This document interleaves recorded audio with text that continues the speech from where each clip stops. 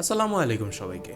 আমরা যখন fast charging নামটা শুনি তখন কি আমাদের মাথায় এমনি একটা প্রশ্ন আসে না যে ফাস্ট চার্জিং কি 5 ভোল্টেই হয় নাকি এর চেয়েও বেশি ভোল্টেজ আউটপুট আসে সার্কিটগুলো থেকে?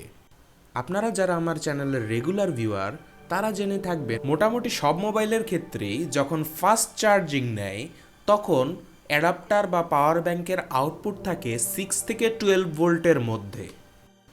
আপনার ফাস্ট চার্জিং অ্যাডাপ্টারটির মার্কিং যদি পড়েন, যেমন শাওমির এই পাওয়ার অ্যাডাপ্টারটা, তাহলে দেখতে পারবেন 9 ভোল্ট, 12 ভোল্ট, বুকের ক্ষেত্রে 5 ভোল্ট, 10 ভোল্ট, 11 ভোল্ট, আরও মধ্যে অনেক ভোল্টেজ থাকে যেগুলো আমরা সাধারণত অ্যাক্সেস করতে পারি না।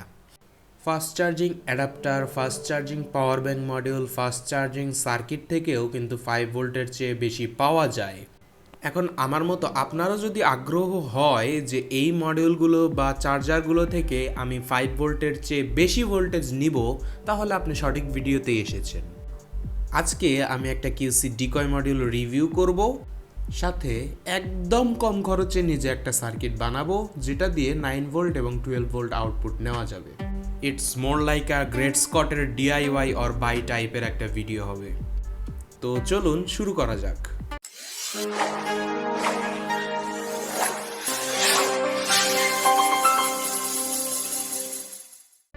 আপনি যদি এই মডিউলগুলোকে পেতে চান যেগুলো দিয়ে ফাস্ট চার্জিং অ্যাডাপ্টার বা পাওয়ার ব্যাংক থেকে 5 ভোল্টের বেশি আউটপুট নেয়, তাহলে আপনাকে ইন্টারনেটে পিডি ডিকয় বা কিউসি ডিকয় নামে সার্চ করতে হবে। এজন্য এটার নাম কুইক চার্জিং ডেকয় মডিউল। যে কোনো ধরনের টাইপ সি চার্জার এর সাথে কানেক্ট করলে মডিউল ট্রাই করে AFC, FCP, কিউসি অথবা পিডি প্রোটোকল ব্যবহার করে হায়ার ভোল্টেজের সাথে সাথে যে প্রোটোকলে হায়ার অ্যাম্পিয়ার সাপোর্ট করে সেটাকে সেট করে রাখতে। এখন এই মডিউলের প্রাইস নিয়ে একটু কথাবার্তা বলা যাক। অ্যাডাপ্টার বা পাওয়ার ব্যাংক দিয়ে চালানো যায় এমন ফ্যান যখন আমি বানিয়েছিলাম তখন এই মডিউলটা ফার্স্ট আমার চ্যানেলে দেখানো হয়েছিল। আপনারা অনেকেই তখন অনুরোধ করেছিলেন যে ভাই এটা সম্পূর্ণ একটা ভিডিও দিন, কিন্তু তখন দেইনি কারণ এই মডিউলগুলো তখন ওয়াইডলি অ্যাভেলেবল ছিল না বাংলাদেশে। ডেলিভারি আসতে আসতে 1 থেকে 2 মাস সময় লেগে যেত, আর দামও হাতের নাগালের বাইরে ছিল। এই মডিউলটা তো রিসেন্টলি আসলো, কিন্তু বিশ্বাস করেন এই কিউসি ডিকয় মডিউল অনেক আগে বের হয়েছে এবং প্রথম যখন আমি এই পিডি ডিকয় মডিউলটা কিনেছিলাম তখন আমার 780 টাকা পিস পড়েছিল। এখন আপনারা most of the electric market প্লেসে অথবা দারাজেও 150 থেকে 200 টাকার মধ্যে এই মডেলটি পেয়ে যাবেন। এর ছোট বড় অনেকগুলো ভার্সনস আছে। কয়েকটা আছে পুশ বাটন দিয়ে কাজ করে, সাথে এলইডি দিয়েও ইন্ডিকেট করে দেয় যে কত ভোল্টে সেট করা আছে। কয়েকটা আছে শুধুমাত্র পিডি প্রোটোকল সাপোর্ট করে, যেমন আমার ফার্স্টে কেনা এই মডিউলটা। আবার কয়েকটা আছে শুধুমাত্র QC3 সাপোর্ট করে। পিডি প্রোটোকল সাপোর্ট করা ডিকয় মডিউল চালানোর জন্য পিডি চার্জার মাস্ট। দেখেন আমি পাওয়ার ব্যাংকের USB-A পোর্টে যখন কানেক্ট করছি তখন এটাতে শুধুমাত্র 5 ভোল্টই আছে। শুধুমাত্র যখন পিডি কেবল দিয়ে পিডি পোর্টে কানেক্ট করছি তখনই এটা হায়ার ভোল্টেজে সুইচ করছে। QC3 মডেল যেটা আছে সেটার আবার অ্যাডভান্টেজ হলো রেঞ্জের ভিতর যে কোনো ভোল্টেজই সেট করা যায়, যেমন 5.2, 6.8, 7.6, 9.2, 10.8, 11.4। তো এগুলো স্পেশাল কাজের জন্য ব্যবহার করা হয়, স্পেশাল মডিউল। আমার হাতের মডিউলটা নিয়ে রিভিউ করার আজকের প্রধান কারণ হলো এটার অ্যাভেলেবিলিটি এখন অনেক বেশি, যে কোনো জায়গাতেই পাওয়া যাচ্ছে। দামটা অনেক কমে এসেছে। QC3-র মতো 0.2 ভোল্ট করে বাড়ানো না গেলেও এটাতে প্রয়োজনীয় সকল ভোল্টেজই পাওয়া যায়, 9 ভোল্ট, 12 ভোল্ট, 15 ভোল্ট এবং 20 ভোল্ট। আরেকটা কারণ হলো আপনার কাছে পিক্সেলের পিডি চার্জার থাকলেও এটা ইউজ করতে পারবেন, স্যামসাংয়ের AFC থাকলেও ইউজ করতে পারবেন, হুয়াওয়ের FCP থাকলেও ইউজ করতে পারবেন। মানে মোটামুটি আপনার চার্জারে যদি ফাস্ট চার্জ লেখা থাকে তাহলেই এই মডিউলটা দিয়ে আপনারা হায়ার ভোল্টেজ নিতে পারবেন। তবে মনে রাখবেন এটা কিন্তু কোনো বুস্ট কনভার্টার না। আপনার চার্জারে যদি শুধুমাত্র 5 ভোল্ট লেখা থাকে তাহলে এই মডিউল দিয়ে 9 ভোল্ট, 12 ভোল্ট, 15 ভোল্ট, 20 ভোল্ট নেবেন এটা আশা করতে পারেন না আপনি। আর এটার পিছনে দেখতে পাচ্ছেন সুন্দর করে একটা লিস্ট দেওয়া আছে যেখানে বলে দেওয়া হয়েছে যে কোন বাটনটা কোন জায়গায় রাখলে কত ভোল্ট আউটপুট আসবে, সেটাও দেখাবো। মডিউলের সাথে প্রথমে একটি 12 ভোল্টের LED লাইট সোল্ডার করে নিলাম এবং সাথে লাগালাম একটা ভোল্ট মিটার। এখন পিছনে দেওয়া চার্ট অনুযায়ী সুইচ 1 এবং সুইচ 2 যদি আমরা অন রাখি এবং সুইচ 3 অফ রাখি তাহলে আউটপুটে আসবে 5 ভোল্ট। 12 ভোল্টের এলইডি তো আর 5 ভোল্টে জ্বলবে না, তো চার্ট অনুযায়ী আমরা যদি থার্ড সুইচটাও অন করে দিই সেক্ষেত্রে ভোল্টেজ আসবে 9 ভোল্ট। এক্ষেত্রে আউটপুট নিচ্ছি SW6106 পাওয়ার ব্যাংক মডিউলটি থেকে। এখন 12 ভোল্টে আনার জন্য আমার শুধু মধ্যের সুইচটা বন্ধ করে দিতে হবে। এতে করে আউটপুটে 12 ভোল্ট চলে এসেছে এবং এলইডির ব্রাইটনেসটা বেড়ে গেছে, আপনারা দেখতে পাচ্ছেন।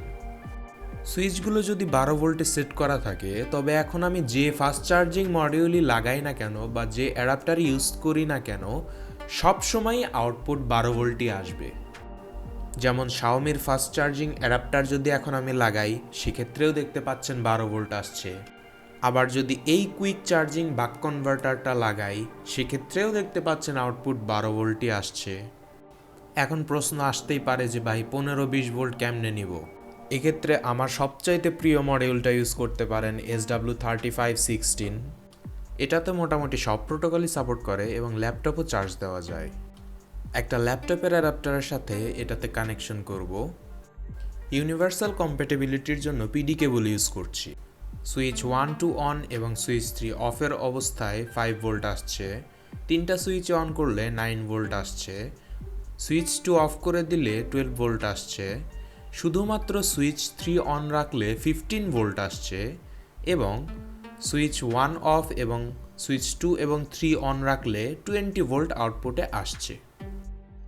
তো কিউসি ডিকয়ের ফাংশনগুলো আপনারা দেখলেন। অনেকের প্রশ্ন থাকতে পারে যে ভাইয়া এটা দিয়ে ডাইরেক্ট ব্যাটারি চার্জ দেওয়া যাবে কি না।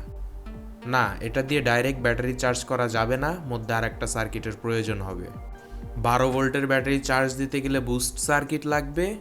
9 ভোল্ট নিয়ে 8.4 ভোল্টের ব্যাটারি চার্জ দিতে গেলে বাক সার্কিট লাগবে।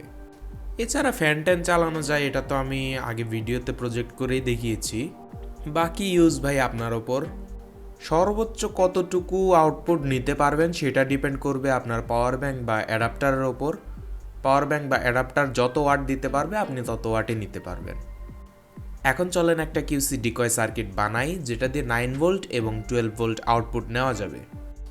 তো আমরা প্রথমে কোয়ালকম কুইক চার্জ 2 প্রোটোকল ব্যবহার করে এই মডিউলগুলো থেকে 12 ভোল্ট নেওয়ার চেষ্টা করব। কোয়ালকম কুইক চার্জ 2 এর ডাটাশিট থেকে আমরা দেখতে পাচ্ছি ডাটা প্লাস এবং ডাটা মাইনাস পিনে যদি আমরা 0.6 ভোল্টেজ দিই সেক্ষেত্রে 12 ভোল্ট আউটপুট চলে আসবে পাওয়ার কেবলে।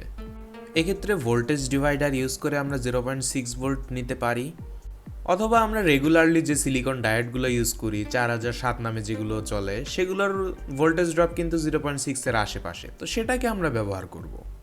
এক্ষেত্রে একটা টেস্টিং বোর্ডে প্রথমে পাওয়ার কেবলগুলো লাগিয়ে নিলাম। এখন পাওয়ার নেগেটিভে ডায়োডের নেগেটিভটা লাগিয়ে নেব। ডায়োডের পজিটিভ এবং পাওয়ার পজিটিভের মধ্যে একটা 1K রেজিস্টর লাগাবো। এতে করে ভোল্টেজ ড্রপটা সেম থাকবে কিন্তু পাওয়ার ড্র অনেক কমে যাবে। এখন 6106 মডেল থেকে পাওয়ার দিয়ে দেখতে পাচ্ছি ডায়োডের পজিটিভ এবং নেগেটিভের মধ্যে ভোল্টেজের ডিফারেন্স 0.64। এই সুযোগে আউটপুটটা মনিটর করার জন্য একটা সিম্পল ভোল্ট মিটার লাগিয়ে নিচ্ছি। 12 ভোল্ট নেওয়ার ক্ষেত্রে এখানে ছোট্ট একটা প্যাঁচ আছে। ডাটা মাইনাস যে পিনটা সেটা আমরা সবসময় 0.6 ভোল্টে রাখবো, কিন্তু ডাটা পজিটিভ যে পিনটা সেটা একবার গ্রাউন্ড করে তারপর আবার 0.6 ভোল্টে আনতে হবে, তাহলে 12 ভোল্ট চলে আসবে আউটপুটে। কোয়ালকম থেকে এটা একটা সুইচের মতো সিস্টেম করে দেওয়া যেন সবসময় 12 ভোল্ট আউটপুট না থাকে যদি কোনো কারণে শর্ট হয়ে যায়। এখন সিস্টেমটা মেনটেন করতে 0.6 ভোল্ট থেকে আমরা লো রেজিস্ট্যান্সের একটা রেজিস্টার ইউজ করব, যেটা দিয়ে ডায়োডের পজিটিভ থেকে আমরা ডাটা পজিটিভে কানেকশন নিব এবং ওই ডাটা পজিটিভের পিন থেকে একটা সুইচ দিয়ে পাওয়ার নেগেটিভে কানেক্ট করে দিব। এতে করে কি হবে, সুইচটা যখন আমরা প্রেস করব তখন এই ডাটা পজিটিভটা পাওয়ার নেগেটিভের সাথে কানেক্ট হয়ে যাবে এবং 0 ভোল্ট আসবে। সুইচটা যখন ছেড়ে দেওয়া হবে তখন ডাটা পজিটিভ পিনে 0.6 ভোল্ট চলে আসবে 0 ভোল্ট থেকে এবং পাওয়ার কেবলসে তখন 12 ভোল্ট চলে আসবে। SW3516 মডিউলে টেস্ট করে দেখলাম এখন যদি আমরা SW6106 মডেলে ট্রাই করি তবে সেক্ষেত্রেও আউটপুটে 12 ভোল্ট আসছে দেখতে পাচ্ছি। এটা দিয়ে এখন 12 ভোল্টের এলইডি অনায়াসেই চালানো যাচ্ছে। আরেকটু নেড়ে চেড়ে চলেন দেখি যে এই 12 ভোল্ট দিয়ে আমরা অ্যাম্প্লিফায়ার চালাতে পারবো কিনা। তো Qualcomm quick charge two 12 volt প্রোটোকলটি কিন্তু সর্বোচ্চ 18 ওয়াট পর্যন্ত আউটপুট সাপোর্ট করে। 18 ওয়াটের মধ্যে যে কোনো লোডই আপনারা চালাতে পারবেন কোনো সমস্যা ছাড়াই।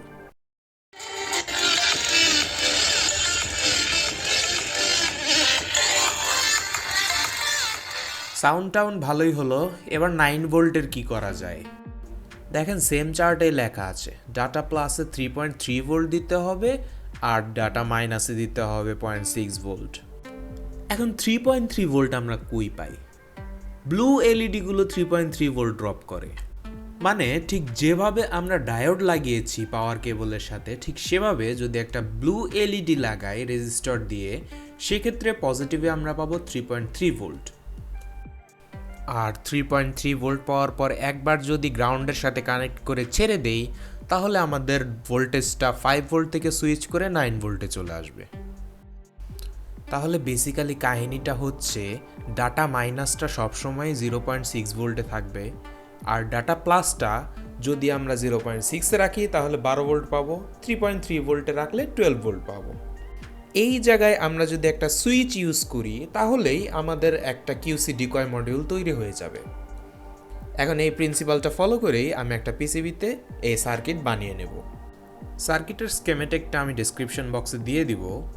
এখন দেখতে পাচ্ছেন SW6106 এর সাথে কানেক্ট করার পর ফার্স্টে যখন আমি ক্লিক করছি তখন মডিউলটা 9 ভোল্টে সুইচ করছে, এবং সুইচটা অন্যদিকে নিয়ে যখন আমি ক্লিক করছি তখন 12 ভোল্টে সুইচ করছে।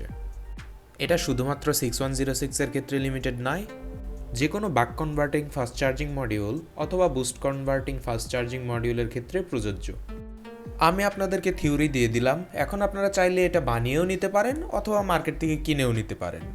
বানাতে গেলে পার পিসে অবশ্যই এখানে খরচ অনেক কম পড়ছে, তারপরেও এটা একটা হ্যাসেলের বিষয়। আর একটা কিউসি ডিকয় মডিউল যদি থাকে আর আপনার কাছে সাপোর্টেড অ্যাডাপ্টার যদি থাকে তাহলে 15 বা 20 ভোল্ট আউটপুট নিতে পারবেন, যেটা এই ডিআইওয়াই মডিউল দিয়ে পারবেন না। তো আমার মতে কিউসি ডিকয় মডিউল একটা কিনে নেওয়াই বেটার। তো এই ছিল আজকের ভিডিও, ধন্যবাদ সাথে থাকার জন্য। আসসালামু আলাইকুম।